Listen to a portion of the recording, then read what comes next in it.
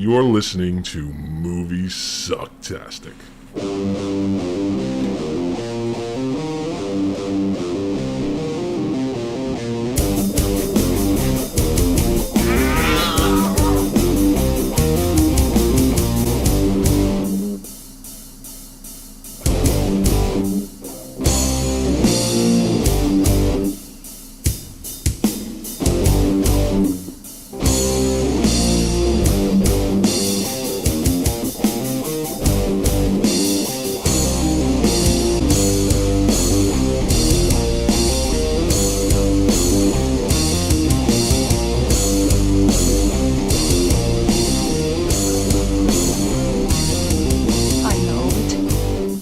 Sounds like some bad movie.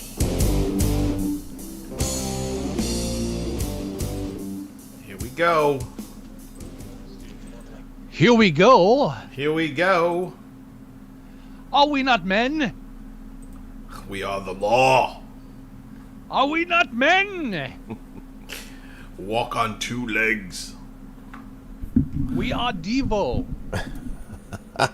Welcome everyone to Moviesucktastic. Hello, welcome.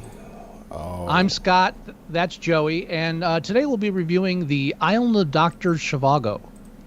Yeah, right. That's what Holly calls it. Oh, really? Yeah. Yeah, the Island of Dr. Moreau, the 1996 film by, what was it, Richard Stanley. I keep getting them mixed up with Morgan Stanley. Morgan Stanley? That's... But yeah, so this is that 1996 adaptation, highly renowned as a bad film. Oh, really bad. And a box office disaster, and we're going to talk about it. We are going to talk about it. Why can't I get this view right? I don't know. I don't know what's wrong. I don't understand. It's so. I don't know. Your video isn't. Excuse me, isn't showing up on the screen. Uh-oh. I just... why me? That's all I can... It's just, why me?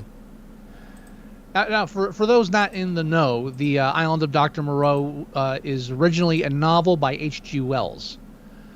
And it's about an island of, written in 1896, the book. Yes, it's been adapted quite a few times in various forms. A couple of films, Island of Lost Souls, I forget the other one, and then 1996 they tried again. They sure did. 100 years later, they tried again. Now, I took the time to read the book before we did the review. I don't know if you've ever read it. It was not one of the books that I've ever read. Okay. Yeah, I'm surprised it wasn't a book that we didn't have to read in high school. All the books from that time period are written by like college professors, and they're all very dry, and they're all really obsessed with minutia and detail, and they can be really dull sometimes. Now, I wouldn't say that of the Island of Dr. Moreau. It's not dull. It's actually quite short too. It's under 200 pages. I didn't know it was that short. Yeah, it's not especially long. It's not like a Mystery Island or anything like that. Mysterious Island? I forget. I remember reading one book where like the first 27 pages is like them figuring out how to make a sundial or something stupid like that. So you got to be kidding me. Oh, really? Oh, yeah, it's just mind-numbing. Yeah, I get it. You're smart. Oh, move on. That's modern me talking. I'm dumbing it down. So the film was made by Richard Stanley. Now, did you ever watch the documentary Lost Souls, or was it Lost Soul? I never did. Okay. I haven't. I tried, but I do know of it, and it's from the original director, Richard Stanley's point of view. Mm-hmm. Yeah, well, it interviews most of the people from the cast and crew, with exceptions of Val Kilmer, Marlon Brando, most of them, the Frankenheimer. Obviously, those people didn't interview, but most of the cast and crew that were involved and were really there for the whole duration are interviewed. It's a decent documentary. I highly recommend it. I'm not now because there's a documentary out there that goes into great detail about it. I'm not going to try to rehash the whole thing. The big important thing to know is that Richard Stanley was a small independent director from South Africa, and the first two films he made were Hardware, which I know you're familiar with. Love Hardware. Yeah, great film, and which it's kind of like a South African Terminator. Yeah, pretty much. And I love Gwar is the music of the future. I just always love seeing that scene. She's flipping through channels and it's Gwar. It's like how do you not love that? You know it's quality if Gwar is involved. And well, Richard Stanley was removed from the film because by New Line Cinema. I do know some of the 4 days into production. Yeah, he was removed from the film filming. Because of issues with the cast and just all kinds of problems. They had like a hurricane or when you say the cast, it specifically the problems he had was with Val Kilmer and Marlon Brando. Yeah, Marlon Brando didn't want to learn his lines. Val Kilmer was a bully. Yeah, Val Kilmer was also a method actor, and he notoriously through his career was difficult to work with. And he also was going through a divorce at the time, which I believe I read papers were served on set for that. Yeah, he found out about the divorce like on television, like before the papers were even served. Like that's how he found out. Yeah, you know, and it was so Val Kilmer. So just to talk about how difficult he was to work with, he did a movie. Do you remember that movie he did called The Saint? Okay. So that director, so apparently there was this whole thing about the right sweater, and he tried on so many different sweaters, turtlenecks, not with turtleneck. It became a thing. Like he was just that difficult. And the director was interviewed later on, and forgive me, I don't remember who directed it, but they said that if he was hired to direct Val Kilmer's life, and Val Kilmer was still alive to play the part, he would have cast someone else. That's how difficult. What director? At Frankenheimer, the one that took over Island of Dr. Moreau. He's the one that said that. Wait, so Frankenheimer did The Saint? Or he did Island of Dr. Moreau. I'm not familiar with if he did The Saint or not. Oh, I thought it was the director of The Saint that said that. No, it was Frankenheimer, Island of Dr. Moreau. It's in the documentary. Oh, is it? Okay. Yeah. Okay. So I love the irony that Stanley gets kicked off the set, kicked off the film, mostly because Val Kilmer pulls an attitude, and then Frankenheimer comes up, thinks he's going to act all big shot, and then Val Kilmer and Marlon Brando just drive him into the ground. Yeah. Yeah. I've seen some footage of I think Val Kilmer talking about Brando. Where he's just like, he's like on set, it's out, it's hot, and he's talking about how Brando is like, put him in the shade, give him a Coca-Cola or something like that. It's just like, and then Brando's daughter committed suicide during the filming of the movie. Yep. And he just kind of left and didn't come back for a while, and they didn't know when he was going to come back. Yeah, this is one of those films that's just notorious for everything went wrong, and there were delays because of weather and flooding, and so production was supposed to be filming on an island. Yeah, production was supposed to be like under a month. It ended up taking like 6 months or something like that. Yeah, it's similar to what happened. No, I'm sorry. Go ahead. No. After you. I was going to say it was similar to a lot of the issues they had on when they made the film The Lord of the Flies. The one that came out in the 90s. They had. Early 90s. So they had like this major storm that like totally decimated the island that they were filming on, and the project ended up being longer than it should have, and they actually used the decimation of this island from this storm to shoot a lot of the shots to try and show the hell that they're going through, because it's Lord of the Flies.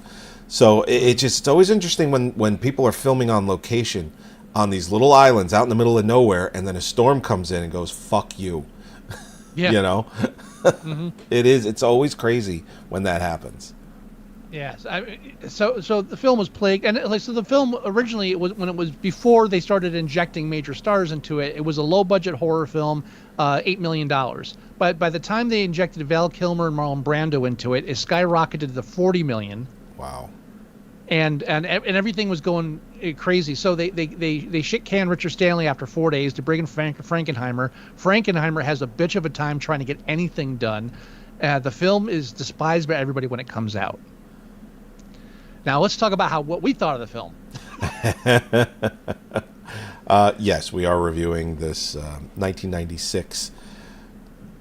Now, was this your first viewing of the film, or had you seen it before? Well, you know what? I've never watched it from beginning to end. I've always just caught it on TV at different parts, and I've seen the whole movie, just not all in one sitting. Because when I rewatch this, I'm like, oh yeah, I've seen this part. Oh yeah, I've seen this part too. Oh yeah, I've even seen this part. And then the ending, I'm like, well, I didn't see the ending. That was one of the only things that I didn't see. But for the most part, I've seen this whole movie, just not in one sitting. So it was a revisit for you then. It was a revisit, but I have seen enough of this where it wasn't a brand new film for me. No major surprises. It's just catching up. No major surprises. Yeah. So, like the basic story is the Slimy is shipwrecked. He's going to the United Nations, or he came from the United Nations, and his plane goes down. He was on a ship. He was on a ship. He was on a ship. Yeah. And Val Kilmer intercepts him and brings him to the island. Val Kilmer could have very well have just gotten him off the island, but they wanted to keep him around because they figured they could use him. Right. So, so he's stranded on this island with Val Kilmer, character, which Montgomery, and then Dr. Moreau, who's played by Brando, and all these other weird, eventually that he finds, half human, half animals. Yeah, and Brando is, he is their quote-unquote father. They refer to him as father. The Godfather. The Godfather, sure. That's one way to put it. They're playing like he's playing God, that kind of thing. It was kind of not too far of a departure of his role in Apocalypse Now. It was kind of felt similar in a few ways. Well, it's funny. It's funny you say that because H.G. Wells accused Joseph Conrad of stealing the concept for Heart of Darkness, the book that the film's based on, from Island of Dr. Moreau. Oh, no kidding. Oh, I didn't know that. Yeah, a little trivia there for you. So it ironically just comes back around again. It kind of always does, you know? Yeah. If you don't recognize history, you're doomed to repeat it. Yeah. So what was his name again? Not Montgomery. Because it was a different name in the book. The guy's name is Edward Prendick. Okay. But yeah, so in this one it's actually Edward Douglas, a blander name. Why'd they even bother changing that? Instead of Prendick. Prendick. No. I would have changed it too. Yeah, I guess so. If you just say that last name a few times, it's like, yeah. It's not. It doesn't roll off the tongue. You don't want to be bothered with Prendick. Yeah, but they kept Montgomery. They kept Moreau. They kept that. The lead animals, the hyena man and the leopard man. Right. Those are from the book too. So they're actually carried over. And those are the main characters. Obviously, there was a menagerie in the book as well as there was in the movie.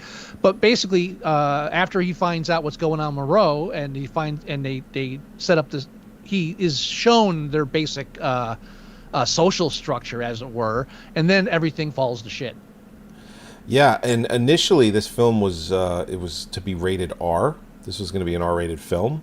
It was supposed to be a horror film. Yeah, and they cut it down to a PG-13 because now that I know what the budget is, the budget obviously ballooned, and they needed to try and make some of that money back. I don't believe they were successful. I think it was a huge box office flop. Well, tremendous. Yes. Yeah. Let me see. Richard Stanley didn't work again until he did Color Out of Space in like Oh, really? a short while ago. Yeah, that was his big comeback film. So the budget was 40 million, and it made 49 million worldwide. So I mean, I don't know if that's print and advertising in that $40 million budget, but Probably not. probably not. So it probably took a loss. If not, Yeah. then it basically made just a little bit of money, 9 million. Yeah, it was a huge blow for New Line Cinema. Yeah, which that was a newer entity of Warner Brothers at the time, I believe. Yeah, they were like riding high on the last two or three films they'd had success with, and Yeah. they were, but again, they weren't releasing huge budget films. The No. plan was like Freddy. It was supposed to be just a horror film, the make some cash on. And so I mean, the film itself. Now, did you watch the director's cut like I did? I'm not sure what's in the director's cut. I don't know, but that's I mean, the difference in films is, I believe the theatrical is like an hour and 36 minutes, and the director's cut is an hour and 40. Okay, I've So- definitely watched the director's cut. There's no way I have a theatrical cut of that. And well, I don't even know if they're offering the theatrical cut. But Yeah, film like this. that's the one that I have, and I don't know if it didn't look like they used scenes and tried to restore them. It looked like it was a final finished cut of the movie. So Right. I have a feeling that maybe it was edited a little differently for pacing, and maybe a few scenes added back in. I don't know. I don't know. But Yeah, But yeah, no, I interesting film, to say the least. I mean, just for the science experiment that it kind of was in filmmaking. Yeah, and now, I mean, there's several differences between the book and the film. Obviously, I'm not going to go into minute detail, but the main thing that I find interesting is that in the original book, Dr. Moreau creates these monstrosities through the art of vivisection. He like cuts them open and he transplants parts from one animal to another, and he molds them into human-like creatures. It's a very excruciating, torturous process. I mean, even in the film, they keep the House of Pain. Have you forgotten the House of Pain? Because they're all afraid of because that's where he does all his experimentation.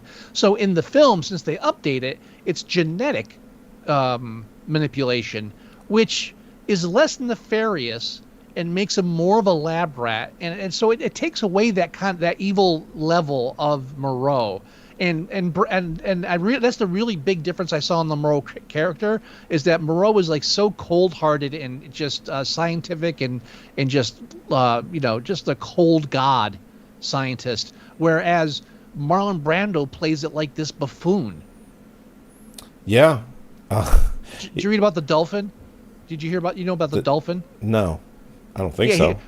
He started forming this theory of his own that that the reason he decided to wear an ice bucket is because Moreau had actually experimented on himself, and he was actually part dolphin, and so he was covering a blowhole. This is the kind of nonsense that he would get up to on set.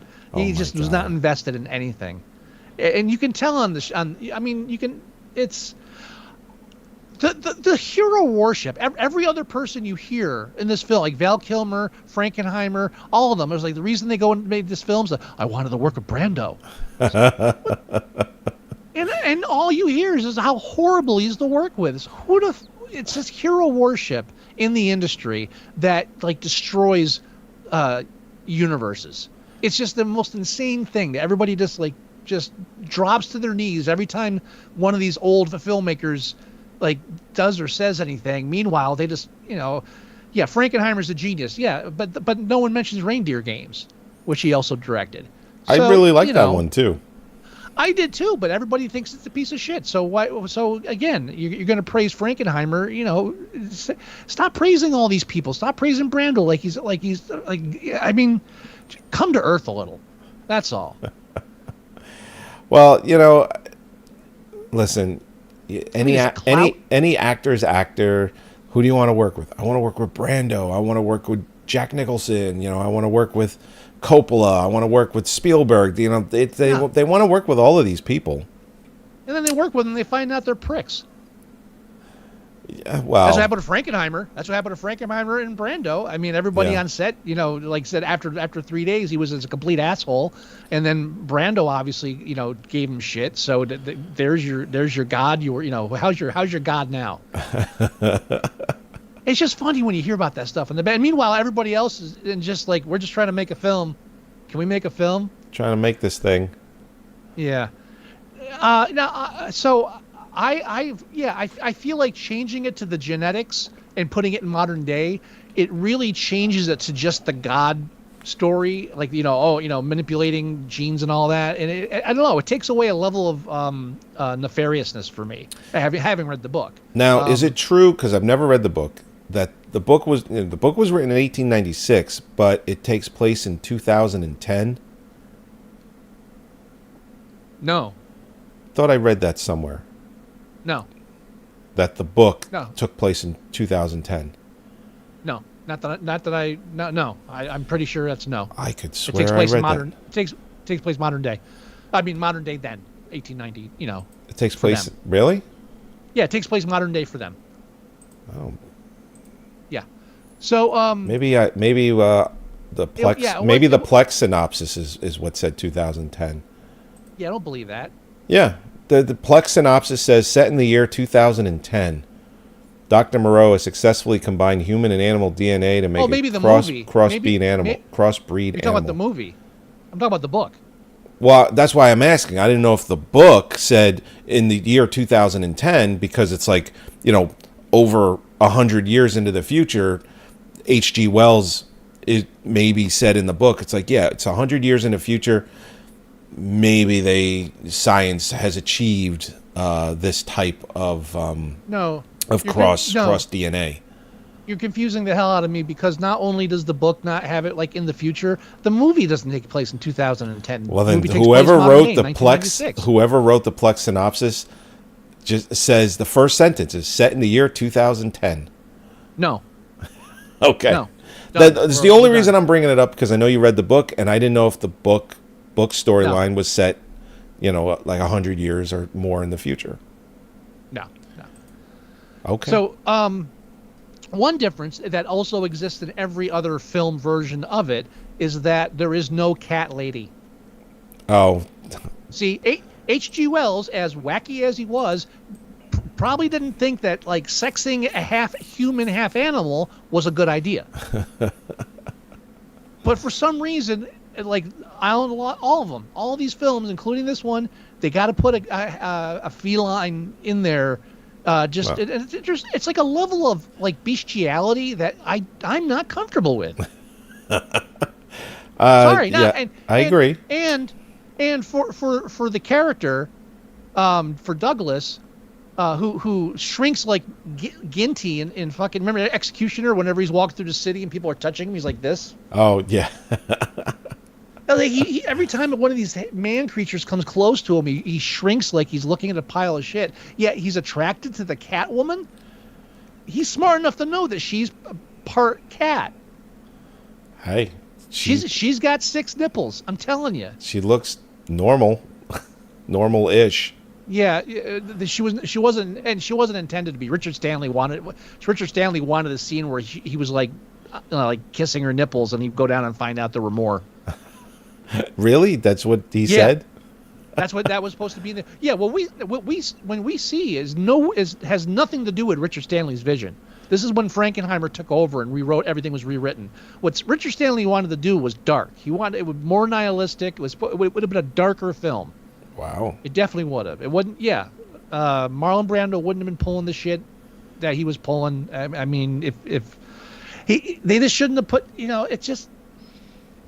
I feel like it's the same thing that happened to League of Extraordinary Gentlemen. They just get these small-time directors their big break, and then they just fucking crush them. Big break, true. Fuck you. Yeah, it's horrible. Poor Steve Norrington. Horrible industry. Poor Steve Norrington. Yeah, poor Richard Stanley. Although Richard Stanley's got he's got like 10% like Alan Moore nonsense going on with like witchcraft and stuff. Oh yeah. So Okay. a little wary. All right. Yeah, just a red flag here and there, but still, one of the things I really like from the documentary is when they talk about how he was kicked off of set. Right. And the studios were afraid that he was going to sabotage the film, but he disappeared and they didn't know where he was. And when he actually ended up sneaking back on set and garbing up as one of the animals. Oh really? And he was an extra on the film for the rest of the film. Oh my God. Yeah. So he's just watching just the debacle, the crazy. He's like, yeah. Man, I'm glad I'm not a part of this shit anymore.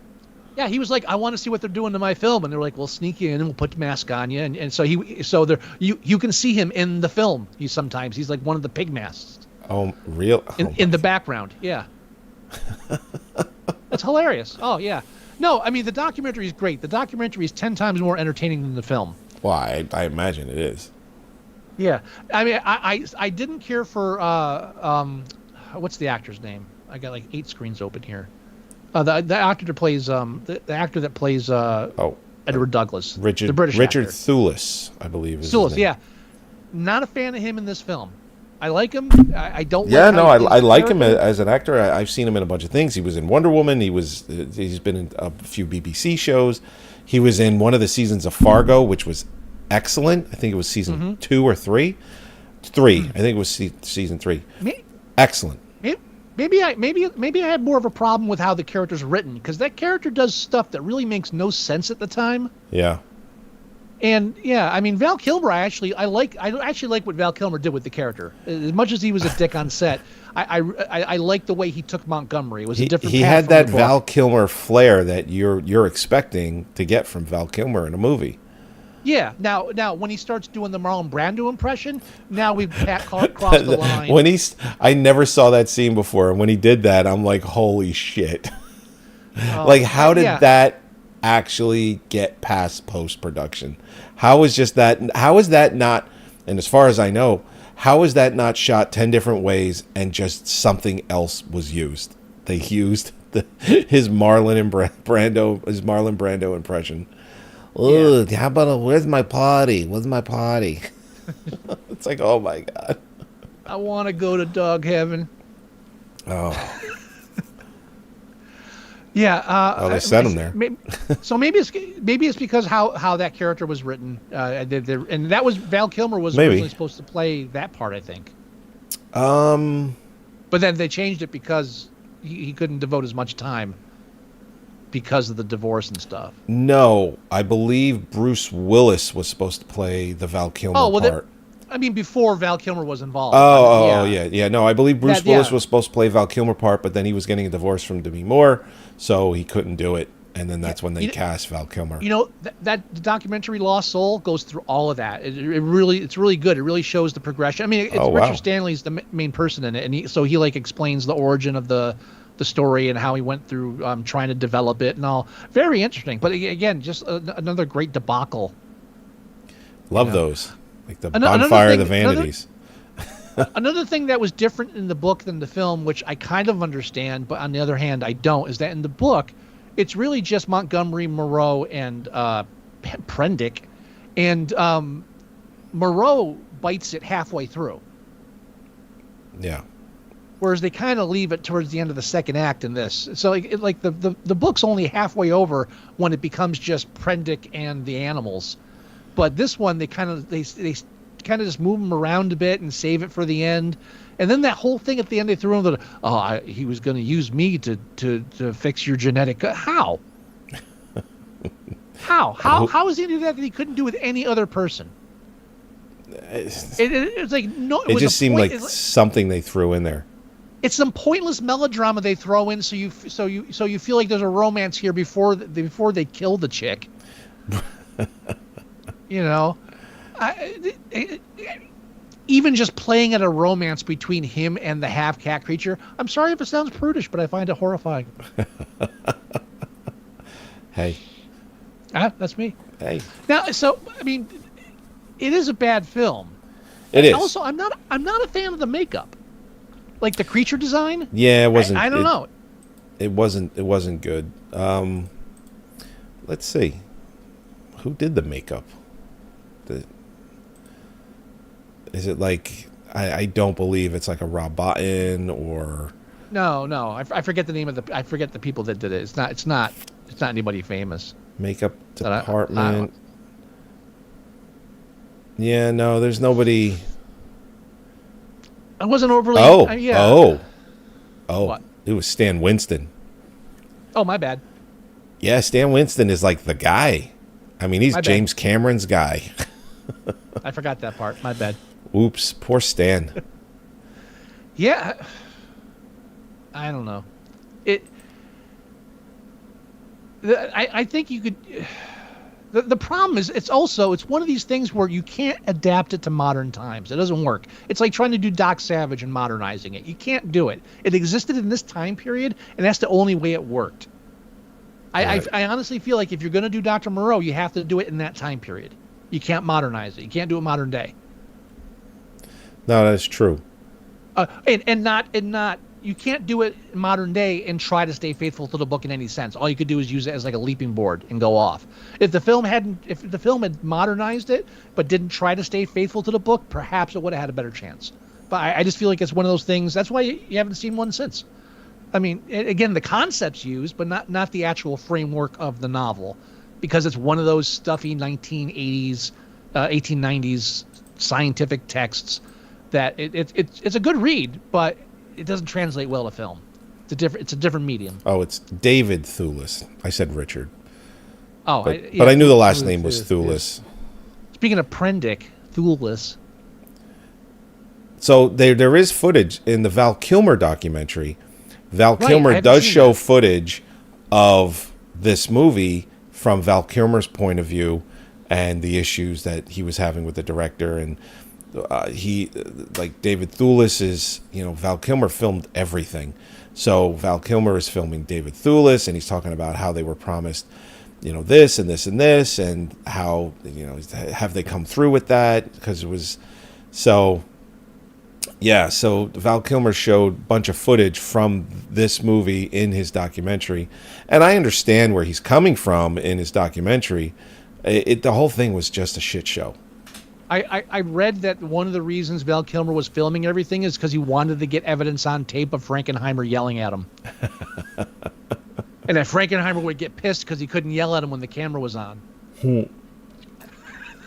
Well, I do know that in the Val Kilmer documentary, the footage that he shows, Frankenheimer tells him to turn the camera off, and Val Kilmer is like, "I will not be turning the camera off." That's why. I thought that was pretty funny. Yeah, this is one of these films that the making of is more entertaining than the actual film, and it's sad, but it's because again, when you take one director's vision and then it becomes a money matter and you just shovel it off on someone else who doesn't give a shit. I mean, the only reason he gave a shit was the work of Brando. He had no respect for the material. So by the time you get to the end of the film, the only people that give a shit about the film are the people that have no control over it. That is true. It's always the way. It's a shitty thing to see. It's a sad thing to see. It's really the film's sad because of the it is what it is because of the system. That's all. Yeah. I don't have anything else to say about that. I don't think I do either. I mean, this is a terrible film. This is one of those movies that we probably should have reviewed a long time ago. Possibly. Because this is as far as like the bad movie pyramid, and as you get closer to the top, you're getting worse and worse. It's like Ballistic X vs. Sever is up near the top of that. All right. Well, if we're calling it a no pyramid, that's right. If it was iceberg, it'd be further down, but it's the pyramid, not iceberg. Pyramid, yes. Right. So I'm just saying, certainly isn't the worst movie I've ever seen, but it is up there. You can see the promise of what it could have been, and then you see Marlon Brando. Right. And you're like, what the fuck is going on? So it's rated. When you're upstaging the half mutant creatures, there's a problem. That's right. So it's Sorry. it's rated 4.6 on IMDb. Oh, I'm not even there. Yeah. Give me a sec. I'll catch up. What are you thinking? Oh, well, it's definitely no higher than a 5. Correct. 5 would make it an average movie, and I can be talked into a 5 because for as bad as it is, there were like Val Kilmer. His performance is pretty decent in most of the film. I know you didn't like David Thewlis. I like David Thewlis in some of his scenes. And like I said, the Brando stuff made me laugh. my issues with Thewlis may have to do more with the writing than with his acting. Right. I think he was put in positions where he could only do so much.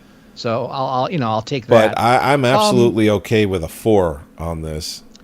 You know, I've been reading a lot of stuff on Letterboxd and trying to catch up on my old films and I'm trying to get a kind of a system going where I'm not just going higgledy-piggledy. And I feel like I rate higher than normal. I think I play nice too much, where I'm like, oh, well, it wasn't there. So I think I have to be a little harsh on Island of Dr. Moreau, and I have to say 4. 4? I'm okay with a 4. I'm good with a 4. I think it deserves a 4. I don't think it obviously doesn't toe the line of average. It's definitely below par, it's a shame that it is because people put a lot of energy into it. But yeah, I think 4. 4 it is.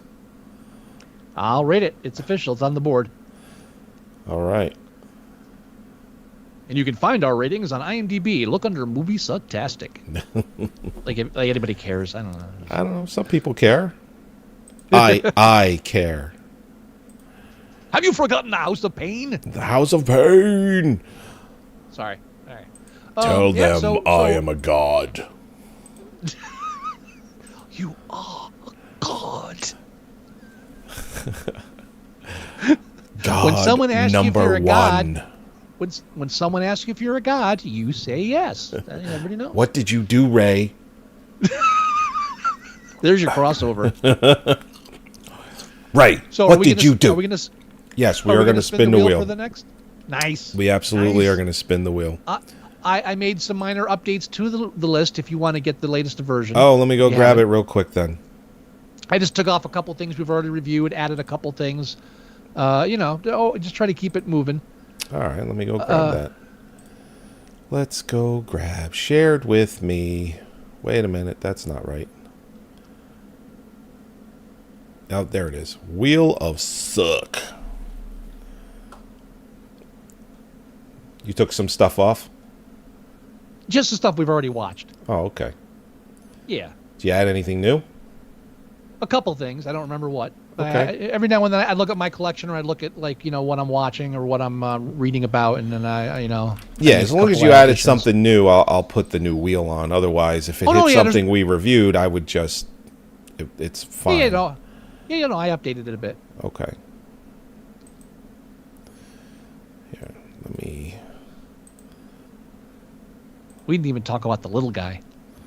Oh, he has what's that disease? Perugia.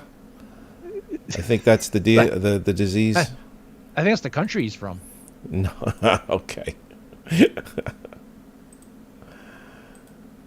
All right. Yeah, that little guy was a terror on set. Was he really? Like for real? Yeah. Oh, yeah. Yeah. There's stories about him. Oh wow. No kidding. Living large.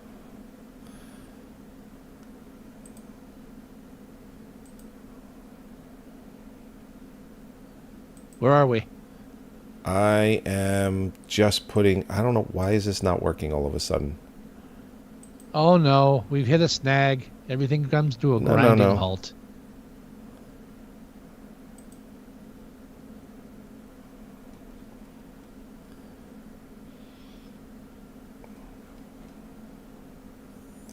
Oh, did they make a change to this? They're giving me like an access code to like make a change. Uh-oh. I know this is great radio, so... Well, it's not radio. It's internet radio. I'm only going to play with this for like another 30 seconds or so, and then I'm going to just spin the wheel that we have. Yeah, just spin it. Just spin it. Don't worry about it. We'll update it next time. I'm sorry I even thought of it. I didn't know. I did not know. No. Yeah, this thing is Yeah. like, it's a real pain in the ass. Oh, it has buy full version now? Like, this was a free little thing that we had, and now I guess somehow it's popular, and now they're like, no, you need to pay for it to get all the extra features. Yeah, because remember, I can't get it on the screen anymore. It's like doing something stupid with that. That must be part of it. Yeah, that must be. All right, we're going to spin it, though. You ready? Okay. Yep. All right, let's do it. Now, everyone, remember, Scott and I get one veto each, and then we're forced to review whatever pushes out. Over 250 items on the wheel. All right, I'm already vetoing this. I'm not reviewing Gone with the Wind. I'm sorry, it's not fucking happening. Okay. All right, like Scott and I, we have a conversation. Like, I don't have time to fucking watch a 4.5-hour movie, let alone review the fucking thing. For me to get this film in this week was really fucking difficult. So no, like a history lesson. I feel like I shouldn't even have to waste a veto on this. Oh my go god! ahead. All right, we're gonna do it one more time. All right, let's see. What do we got? Big money, no whammies, Oh, come on. What? It's the Atlas Shrugged trilogy? I don't have time. Now I got to watch 3 movies? I don't have time for that either. No, we've already reviewed Atlas. I already reviewed Atlas Shrugged on the show, so we would have to review Atlas Shrugged Part 2. Oh, fucking hell. I'm vetoing that one. Okay. All right. So now, all right, everybody, we've each used a veto. So now we spin one more time. And we have to review whatever it is. It's like we have to. So that's the way that'll work. Unless it's something that we've already reviewed, then we'll spin again. All right. Last spin. Here we go. Oh, man. Spinning and spinning.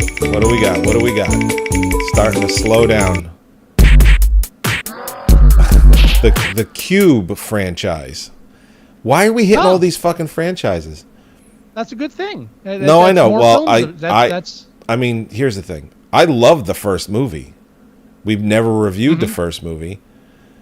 And, all right. I'm good with the first. I guess we'll start with the first movie. Yeah, we'll review Cube. Do a nice deep dive. I like that. I really like that movie. Yeah. Fantastic. All right, Cube. Only took 3 nice tries. I haven't seen that in like decades. It'd be nice to revisit it. Yeah. All right. Cube it is. Very nice. And not Atlas Shrugged Part 2. Oh, or Gone with the fucking Wind. Jesus Christ. Which I've seen now. Holly made me watch it. Mare watches it every year around. Oh, that I know. I think at Thanksgiving. I think at Thanksgiving. So we'll be either here for Thanksgiving or we'll be at my sister-in-law's house, and my sister-in-law is a huge fan of Gone with the Wind. So when the two of them get together and it's Thanksgiving and the tryptophan is kicking in, I'm like, are we really fucking watching Gone with the goddamn Wind? As God is my witness, I'll never go hungry again. Are we really doing this? You can tell her I said that most normal families watch Mighty Joe Young on Thanksgiving. Well, they're trying. Mighty Joe Young, really? They're trying to. They're trying to set a new tradition where they show Jurassic Park every Thanksgiving now. No, I'm out. So they're trying to do that. They've been doing that for, God, it feels like they've been doing it for 20 years. Tell them we already have Bad Movie Night. They can't steal that idea from us. Jurassic Park. Okay. Yeah. So apparently that's a thing on Thanksgiving. So. Is that our new modern classic? God help us. I mean, it is over 30 years old. Good. Okay. Whatever the fuck that means. Good. Like, fuck that. Good. It's over 30 years old. Fucking A, right. Fuck that shit. Good. I'm over. I've grown the beard. I got to get the attitude to go with the beard. There you go. I think you're doing a fine job. Good. You make me laugh. It could be just I'm so tired. I'm delirious. I got 4 hours of sleep yesterday. It's great. All right, we should wrap up then. We should do that. Good. Oh, my God. Yeah, let me cue up our exiting music. All right, everybody. As always, thank you for joining us again for another episode of Moviesucktastic, episode 446. You can go to our newly designed website at Moviesucktastic.com. I might be changing host providers. I don't know. Not that everyone needs to hear that, but I might. Who knows? You can go to our website and you can listen to the show. You can download the show. That's a biggie. And it's mobile enabled, which is great. So you can go on your mobile devices and you can go to our website and you can listen to it right from your phone, right from the website. I totally designed this from the ground up. So I'm very happy with it. And I think you will be too. So you can listen to the show, you can download the show, you can click on the YouTube links and you go watch this episode that we've recorded on YouTube. You can go to facebook.com/Moviesucktastic and you can see everything that we're posting there. If you want to email us, our email address is themovieguys@Moviesucktastic.com. If you want to leave us voicemail, it's 908-514-4470.